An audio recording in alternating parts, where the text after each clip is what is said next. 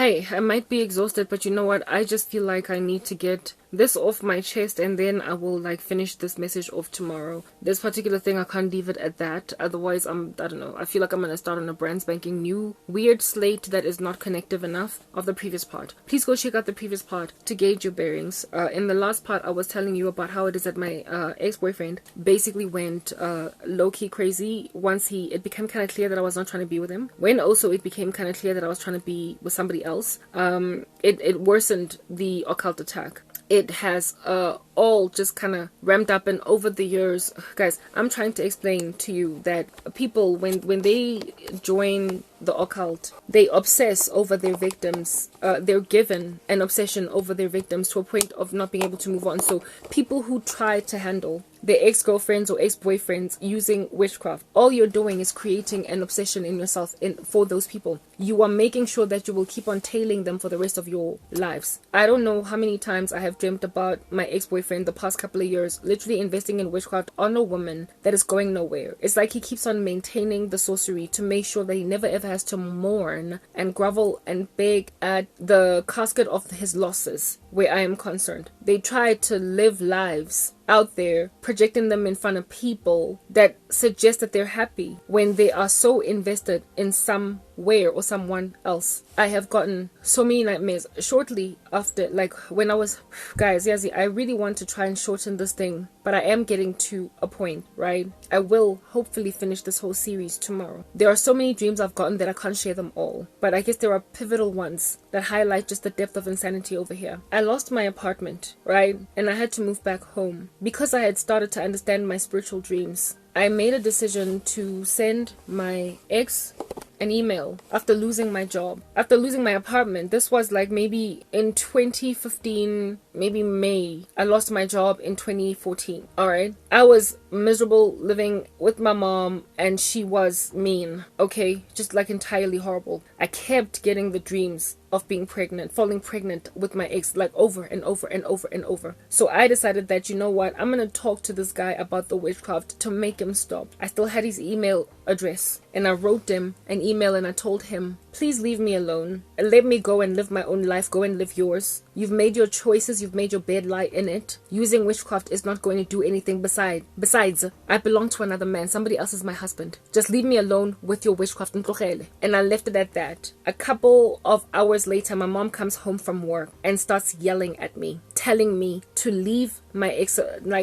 Yo, guys, Yazi, that thing broke my heart so badly. Imagine having a fight with your friend, with umngani wakho, and then your mother comes and tells you to stop fighting your friend. Kana kwatengi, you are I don't know, a whole grown woman. Essentially, upimpilwe. And since this person understood that you are currently being very violently persecuted by your own family, so you can understand how much this guy was stalking my life. He was not in my life, and yet he somehow knew that my family was persecuting me. He somehow knew that my family members were treating me like trash. So he was looking deeply into my life. And at the time of our breakup, I was not being persecuted by my family. This is something that only started once. I was in the faith, it ramped up, and I was writing about it in my blog. I was talking about it in my YouTube channel. And this is a man that I had last spoken to when I was still at the height of my career, before everything fell apart. Everything in my life fell apart a good month and a half after the last conversation I had with him, right? So when he called me, everything was still hunky-dory, and I was still good with my mom, or my family, more or less. My mom and I were already falling out, but not so badly that the whole of Johannesburg would know what in the world is happening with me.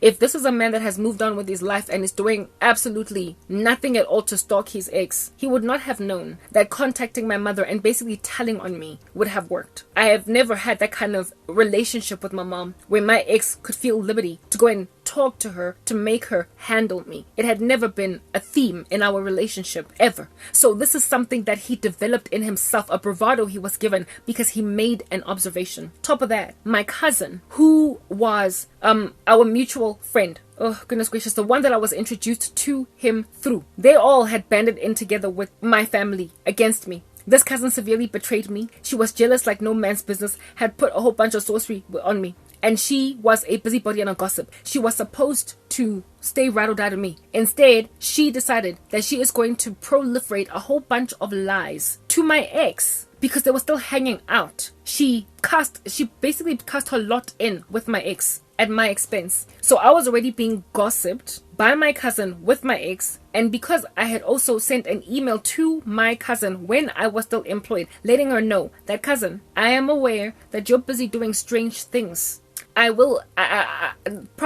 forgiven you. Repent, give your life to Jesus. This thing that you are doing, if you do not stop, it's going to go too far, and you then are not going to be able to stop it. That email caused my cousin to get blackened against me, where it is that before she was happy to pretend, now she was completely at enmity with me because I busted her sorcery. By the time I had lost my apartment, she, my mother, and my older sister had basically instigated a coup against my life, where they had turned pretty much the whole family against me, called me insane, organized for me to be put in a psychiatric hospital where I was discharged literally within a day because there was nothing wrong with me. They caused my mom brought Maponesa to my place to break down my door, claiming that I'm suicidal, and if they don't come in and take me to a hospital as in day before yesterday, I'm gonna kill myself. Something that has been proven I don't really struggle with, because here it is, I've been abandoned and I haven't killed myself a good, how many years? 9 years down the line. My cousin, when I was at that psychiatric hospital, wanted to come in and give her testimony as to my insanity, and then I told the doctor, who miraculously happened to be a Christian, that all these women are banding and clubbing up against me and persecuting me because I turned to Christ. And I was given a spiritual gift where I shared what God was showing me, and they decided that I'm crazy. So the doctor refused to see my cousin and my sister and my mom, and rather chose to discharge me. That's the favor that God gave me. So it was at this point that my cousin started talking with her boyfriend, who was also friends with my ex, and telling them that I've lost my mind. My boyfriend, my ex, made a decision that he's going to run with that. And so here it is that then, months down the line, I lose my apartment. I send him an email and I'm like, leave me alone with all of your sorcery. Really and frankly, do you live your life and I will do me live my life. But please leave me alone because I'm tormented enough already. And then my mother comes home that same evening from work and starts cussing me out about leaving my ex alone because he is a man that's moving on with his life and he's not even interested in me. That's when I realized that my ex-boyfriend made a decision to either call my mom or email my mom and be like, please handle your child, handle your daughter, because all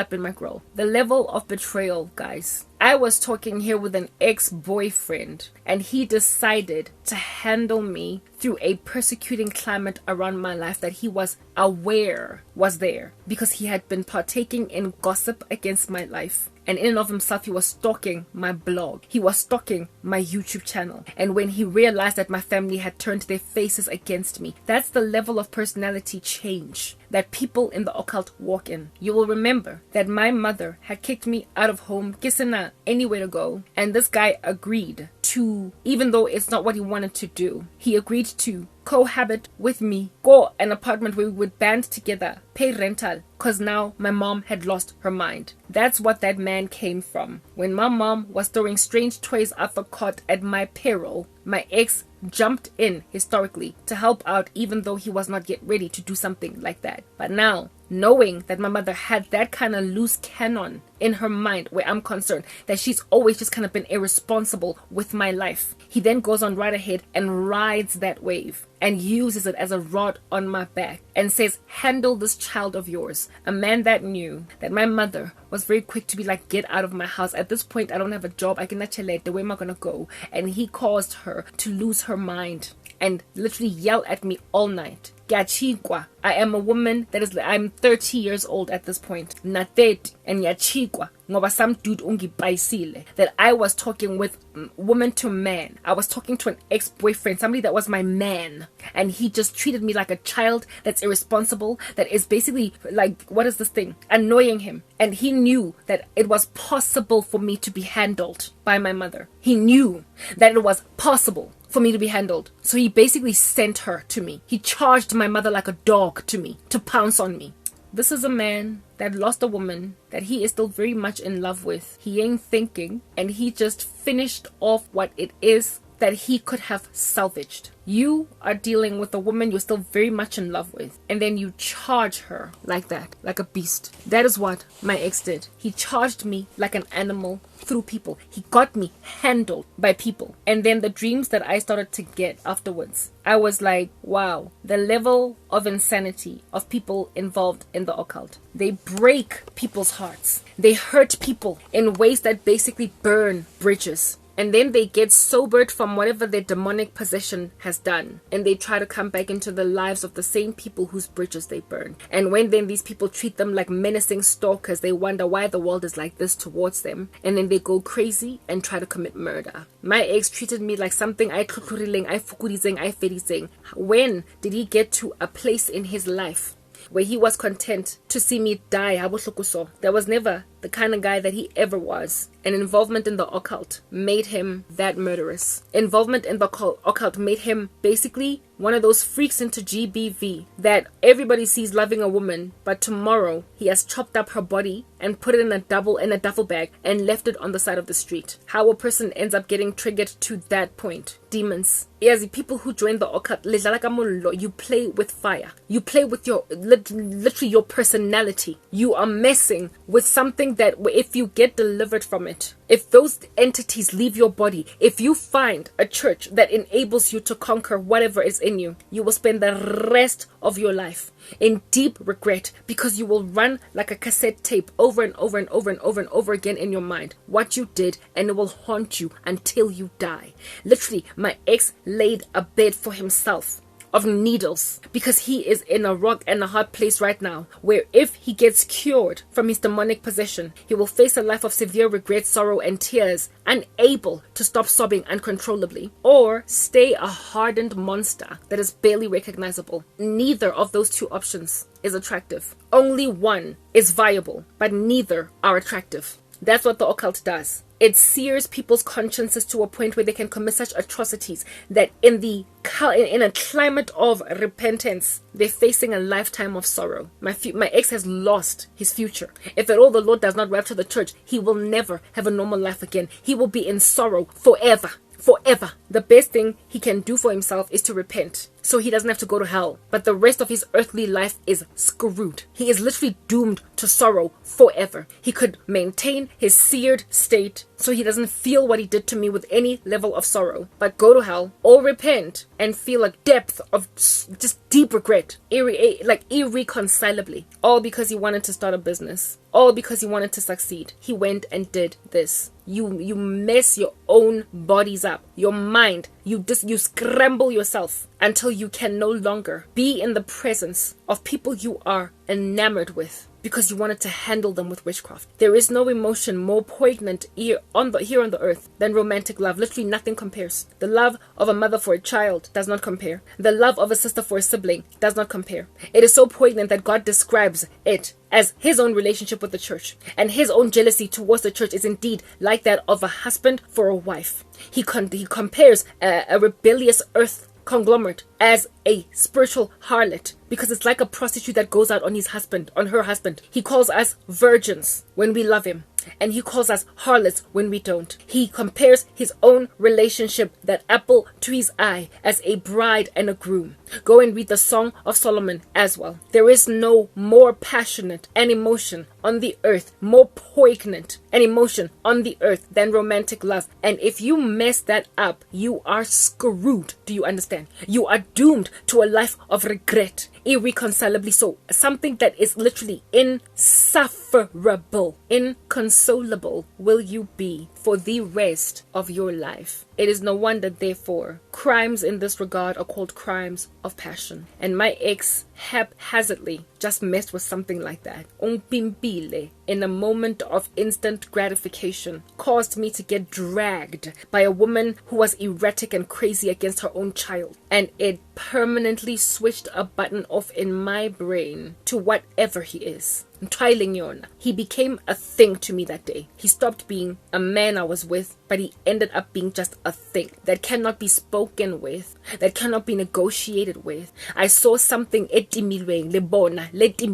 I saw something that can no longer be spoken to, that can no longer be reasoned with. that I could no longer, with any level of reasonableness, speak with it and expect to be responded to by it, because it was just a thing. That's what he became. Monstrous. He seared his own conscience to a point of ceasing to be human in my eyes, because I just saw an icy robot. That's what the devil did in my ex-boyfriend. That's what the occult does in people. Someone that was your best friend, that you hung out with every day, that you dished your boys for, that you slept in the same bed with, somebody that you could not ever be separated from. I told you guys that the entire time in my relationship with my ex, never did we ever grow exhausted of each other. What grew tiring was his unwillingness to come to the party concerning what we need to do for our future.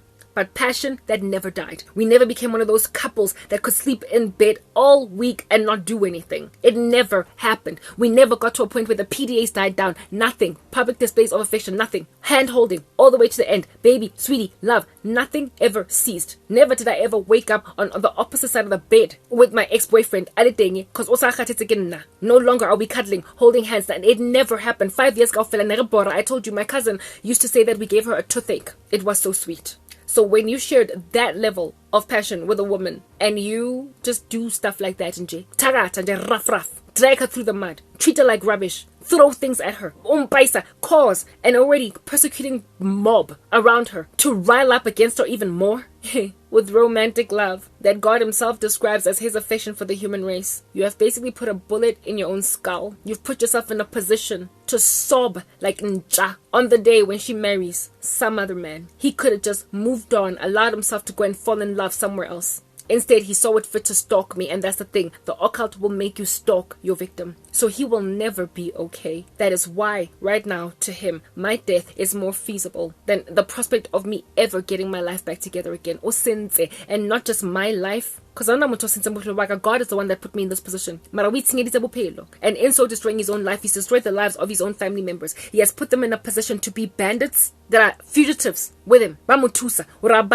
They are helping him escape whatever under heaven I am. Everybody is trying to help my ex survive the thing that I potentially could be should I get my life back together again. They are thoroughly of the comprehension that should I get my life back together, their child might just die. Their brother, their son, their dad, their whatever. He literally might just end up in a casket purely because God gave me breakthrough. He put himself in a position to suffer that violently.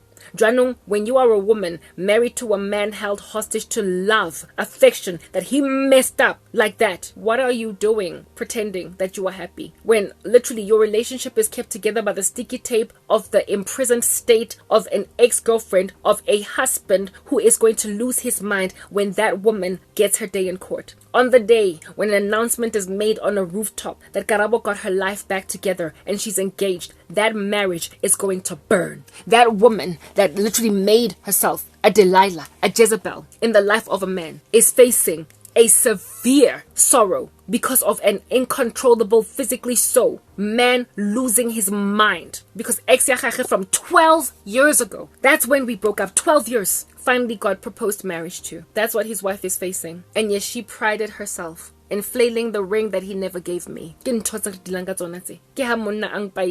caused me to write him off door slam. He thought at the time he could take it, but as time would indeed, inevitably, predictably display, I kept getting nightmares again.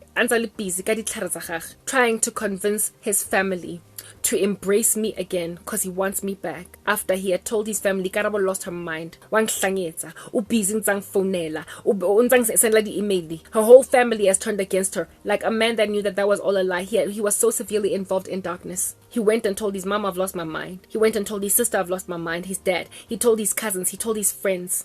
And then after reviling my name amidst his family, he then misses me in his sleep one night and does witchcraft to bring me back into his life and tries then to see if he can't unconvince his family members of what he initially told them. The damage had already been done, and like I said, at that stage he was just a thing now. He was no longer a person to me. And during the time when I was getting these dreams of, like, I remember one time I got a dream of his sister looking at this man trying to bring me back, and his sister looking at me on some, but isn't this the woman that you said has lost her mind? She's crazy. It was so awkward and so taboo, and I was just like happy to be paraded in front of them again. On that day when my mom came back and yelled at me for emailing him. I then got an email from my older sister, basically gloating that Karabo, leave this guy alone. Really, frankly, he's moved on. They all treated me in I'm stalking him when he was the one that was stalking me. They all treated him like I'm the one that lost him when he was the one that lost me. Like, that's what was happening, guys. There's a travesty, like an upside down world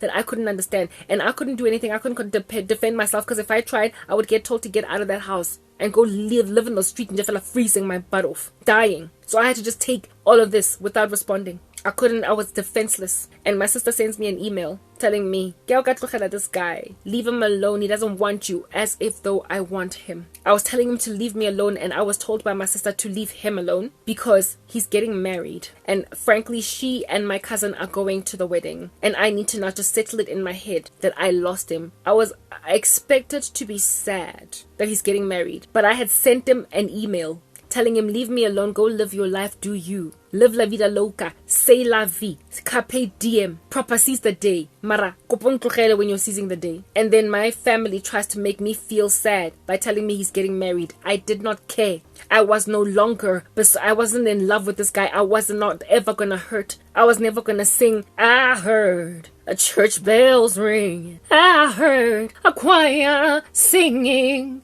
I saw my love walk down the aisle. On her finger he placed a ring. Oh, I saw them holding hands. She was standing there with my man. I heard the promise, till death do us part. Each word was a pain in my heart. All I could do was cry. Oh, all I could do was cry. I was losing the man that I love, and all I could do was cry. And now the wedding is over, and rice has been poured over their hands. For them, life has just begun, but mine is ending. All I could do was cry. All I could do was cry. I was losing the man that I loved, and all I could do was cry. I was expected to get into that freaking Etta James moment, and I was like, no, I don't care. I couldn't respond, however. I was just like, oh, wanyala, aisuga, whatever. I was hurt, though, that he did that to me. This human being treated me like an animal using my family members. And yet I was so moved on because I was so entirely aided by Jesus that I could not care less that the man that I, at some point, was expecting to end up the wife of was marrying someone else. That was the difference between a person that holds on to their ex versus one that moves on and asks Christ to heal them. When he got married, I was like, oh, I guess he got married. But he was expecting me to be on that Etta James. I heard church bells ring. I heard. And I wasn't.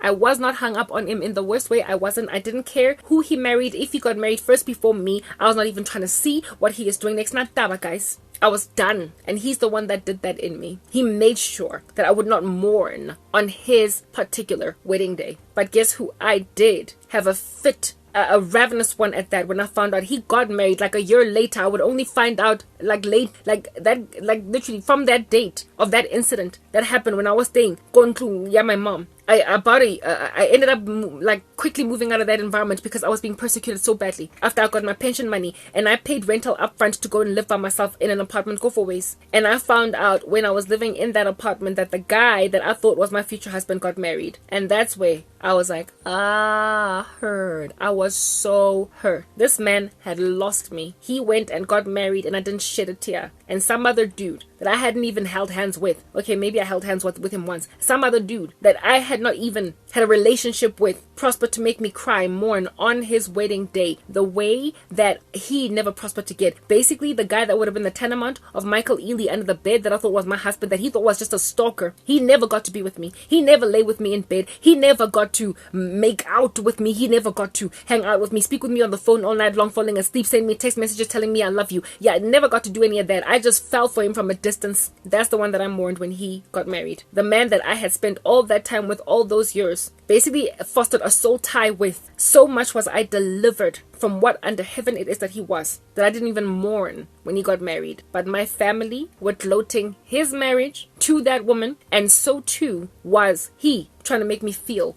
like Grandshap, I lost out. My sister next night, but I didn't even want to find out who he's getting married to or what's going on. I was just like, whatever, and it was left at that. I, however, started getting dreams about, like, just a couple of months. Guys, this guy has just never stopped with me. I've been through so much, and I've lived in so many different places, being tossed to and from pillar to post. When I was going at Trina, I dreamt about him, what is this? Like, I was, guys, I was a mistress. Lord have mercy. Like, I'm proper having a fit as I talk right now. I was a mistress. I was a side piece, Wankutla. I was a mistress. Like, he was hiding me. Unang bada from his family members. And I could not understand when I was waking up from those nightmares. Hore, what's happening here? I could not understand what was going on. For the life of me, I could not put two and two together. Killer mistress. I remember my sister had told me, and now here it is that I'm getting dreams, not so much getting back together with him, despite him calling me crazy, but now I am a mistress. I then once had a dream where I was being hidden. Where basadi bako were like they were busy. It's like there was a some kind of a family function, and the women rocked up to make preparations for this family function, and I was hiding in a wardrobe, a closet. Do you understand? Because his wife came with those family members, and I was like, oh my goodness, what? I gave him what name? No, Nancy. I was like, Nancy, what are we gonna do? I can't have them see me. I can't have them find me. And yes, it's like I was basically a painful, sore thing in the life of Umfazwake, because now her husband is cheating on her, and I'm the mistress. Hey Batung, when I found out who the wife was, and I would not find out who he married until I was in freezing life conditions, since this guy, a mistress to him. Go Naturina, living in that like godforsaken house, my uncle go bedroom. It was only when I was living there that something told me to Google this guy to find out what's going on. Why my life busy ganna? It had been years since I'd ever seen his face. Lo and behold, I find no. My sisters, I went, my older sister, I went into, my family members have betrayed me so much. I was looking up what's going on with my family members, Kiba Kugula, right? I then found my sister on Instagram, and she had one of those your name profiles before Instagram insisted that you have an account in order to go and check what's going on with anybody. There was a time when you could actually check out what's happening on a person's Instagram without even having an Instagram account, right? I went into Instagram, I found my sister. I then, as I was paging through my sister's photos, one of my as I was paging through my sister's like timeline or whatever, I realized that she had commented or been tagged, or I don't know what in the world is going on a pic that had the name of my ex. It looked like it could have been his name. It was like his name _ something, but I wasn't sure it was him. So I decided to click or click on that handle because it sounded like it was my ex. And lo and behold, and lo and behold, make a decision what you want to do, please. Just like in my living conditions. Lo and behold, it was indeed what is this, my ex's profile, right? When I went into his Instagram profile, I discovered that the woman he married was the bane of my existence throughout our relationship. If you have been following me this entire series, you will remember that I told you guys that in the beginning of very, very early stages of my relationship, I asked my boyfriend, out of all the women that you've ever dated, which one do you love the most? And he then told me, what name did I give her? Pinky. He then was like, Pinky. At which stage I realized, oh my goodness, this guy's not in love with me. Then this Pinky became the bane of my existence in the relationship. Ultimately, he scooted her out of the way. Please, like, this is a summary. Go and listen to the whole series to get the context of this whole thing. When then I found out that this guy had married that Pinky woman, I was like, how? For real? Like, proper, you are literally trying to make me look like I was a placeholder for that woman. And all that flooded to my mind was, Lomut Lona, that you married when you had nothing. She wanted nothing to do with you when you had absolutely nothing. And yet you are trying to, like, what is this, parade her in front of the whole world as the love of your life. Now, understand, my ex-boyfriend, when I was with him, he did not want to get Facebook. I wanted to basically, go Facebook, you can say, in a relationship with Nonti Sbanban. I just wanted that. I was like, open a Facebook page just so I can have that. He was like, I still got social media, I'm not interested. And here it is that this dude had a whole Instagram page dedicated to this girl. On top of that, his profile pic was her photo. When I saw that, I was like, Joe, yeah, okay. I wasn't hurt, guys. You get to move on. I did not care. But for me, it was like, oh, so you married the woman that I apparently was the placeholder to. Lo and behold, I continue to get nightmares where it is that I am telling this guy, Hori, lo muntu lona, as soon as you stop making money, because she's that kind. And he was mean to me on some but I know. But so what? I cannot taba. Bottom line is, it's not you. As I'm like, oh, dude, I am not out here in these streets like a tail. You're the one that's following me around like a tail. And then as the years progress, I keep getting dream after dream after dream where I'm his mistress and this woman is the comforted wife whose husband is just cheating and really he won't stop breaking her heart with this affair he's having. And all of the female family members are like, I'm sorry that your husband is cheating, and interventions are being staged for my ex to stop cheating on his wife. And I was like, wait, like the Bible says that woe to them who call bitter sweet, sweet bitter, who basically go and call black white, white black, evil good, and good evil. I was the ride or die, and I was the one that was suffering from a Jezebel all up in my grill mommy. And now this guy is doing witchcraft to make me the bane of the existence of the Jezebel that was wreaking havoc in my life when I was dating this Oki.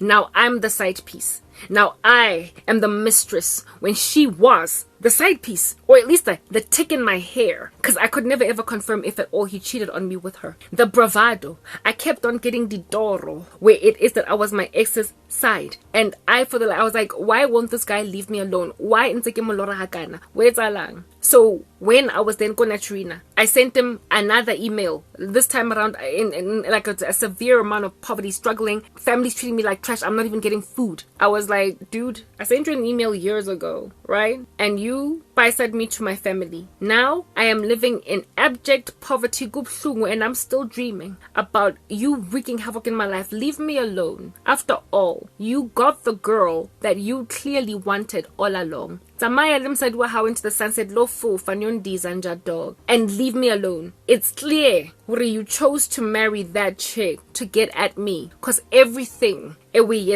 these days is about me, cause you decided to go and drain the occult, and now the occult has made you obsessed with me to a point where you can't even choose a wife based on Indabeguti. You've got feelings, you are compatible, everything works out, but you're choosing one that is going to handle me, so you can make me feel like I am, by saying this thing, a placeholder. Lomfazi wakho lomkhethile hamba naye undize in the sky.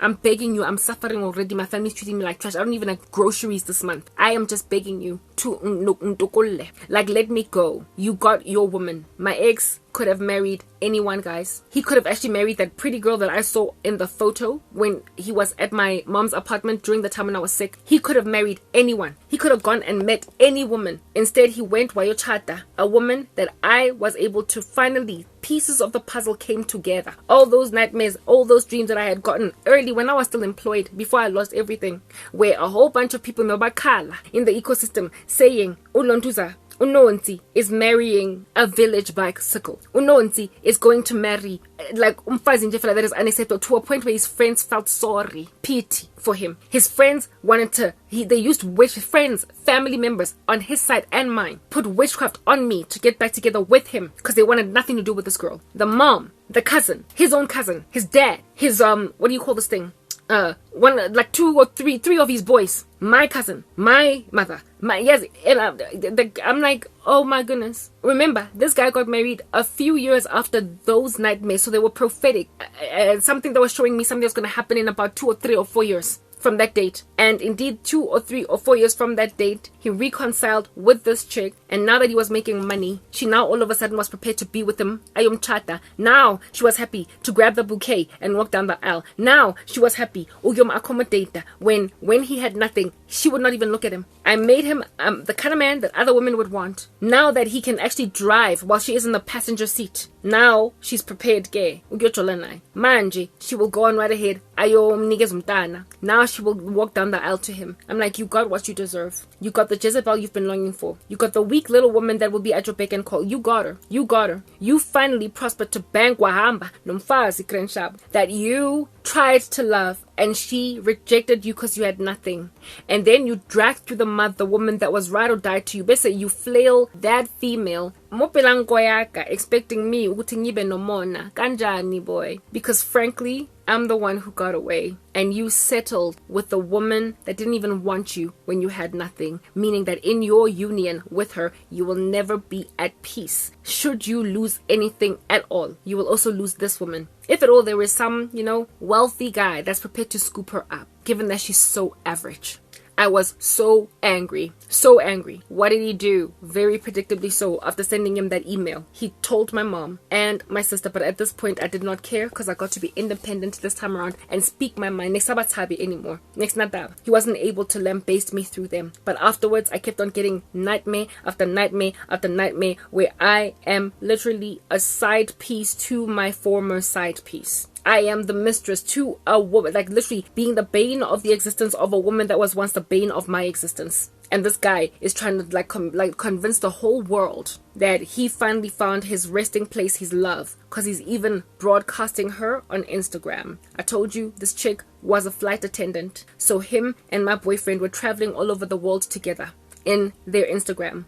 I was apparently allegedly supposed to be jealous of that, but herein lies the deal. You and I couldn't go anywhere, brother, because you had no money. I was busy spending all of mine trying to get you to get your life together. We were local. All we did was Maldives drift down the road. We didn't get to go to Hong Kong. We didn't get to go to what do you call this? I don't know, Belito. We did not get to go to Zanzibar. We did not get to paint Europe red because one, I cannot be a miles the flight attendant, and secondly, literally a young couple. I was 22, you were 26. Call center jobs. When under heaven are we going to get an airplane ticket traveling to the United States of America to go and see the Statue of Liberty? When I'm not gonna go and envy you when now you're making a whole bunch of money and you and your flight attendant girlfriend or wife that can give you free tickets to travel all over the show, then paint the town red and make it look as if though your relationship is more fabulous than mine. Bottom line is I'm the one that ground.